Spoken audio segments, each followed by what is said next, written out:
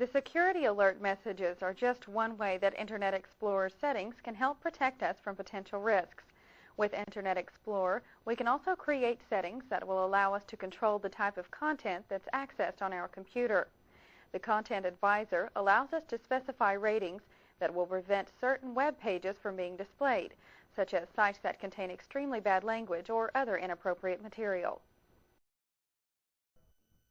The Content Advisor is an excellent way for parents to protect their children from some of the offensive content that may be found on the web. In the first section, we can use the Content Advisor to specify rating settings.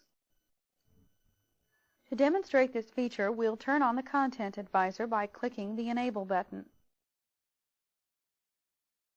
The Create Supervisor Password dialog box appears, prompting us to enter a password. This will ensure that any ratings we may set cannot be changed by someone else who uses our computer. When creating a password, we should be sure to use one that's easy to remember. Let's enter a password, then type it again in the Confirm Password line. Now we'll click on OK, and the Content Advisor box opens with the Ratings tab selected. The settings we enter here will determine which Internet sites a user can access. In the Category window, the RSACI option is currently selected, and it uses its own default ratings. To set our own rating settings, we'll click on the Language category.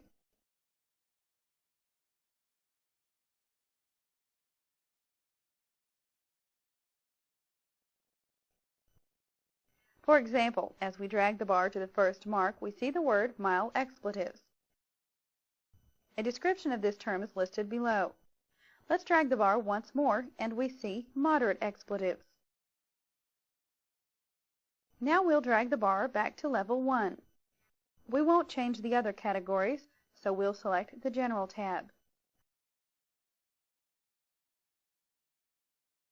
From here, we can specify other settings or change our password.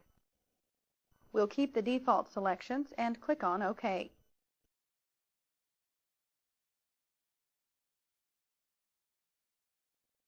At this point, let's go ahead and turn off the Content Advisor by clicking on the Disable button.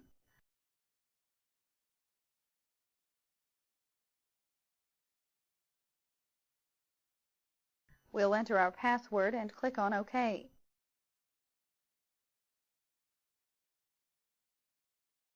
The message we see next tells us the Content Advisor has been disabled, and we'll click on OK.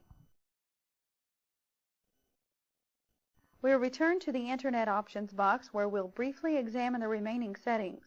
Certificates are used to verify the identity of a website and whether it is secure.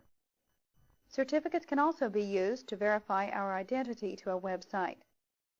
Now we'll examine the options in the Personal Information section. Let's click on the Autocomplete button so we can see these settings.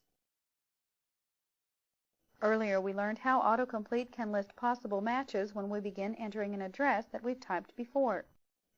It can also suggest matches for information we've previously entered on forms or usernames and passwords on forms. We're not going to change these settings, so let's click on OK to return to the Internet Options box. The next option can be used if we have Microsoft Wallet installed on our computer.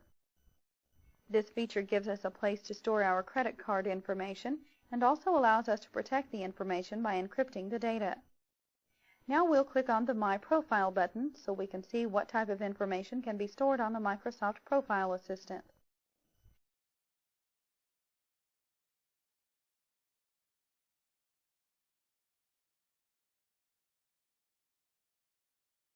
A dialog box opens with several tabs that allow us to enter and store personal data, such as our name, address, or email address. The next time we visit a website that asks us for personal information, we can have Internet Explorer use the information we store here instead of having to type it. Let's close this dialog box by selecting the Cancel button. While we have the Internet Options box open, let's select the Advanced tab so we can discuss some of the Java settings that are available. We'll scroll down the list and find the Java VM settings. The first option, Java Console, is a feature that's designed for website developers who want to test the Java programs they create. The Java Console can be enabled by selecting this option and then restarting your computer. Then the Java Console can be opened through the View menu.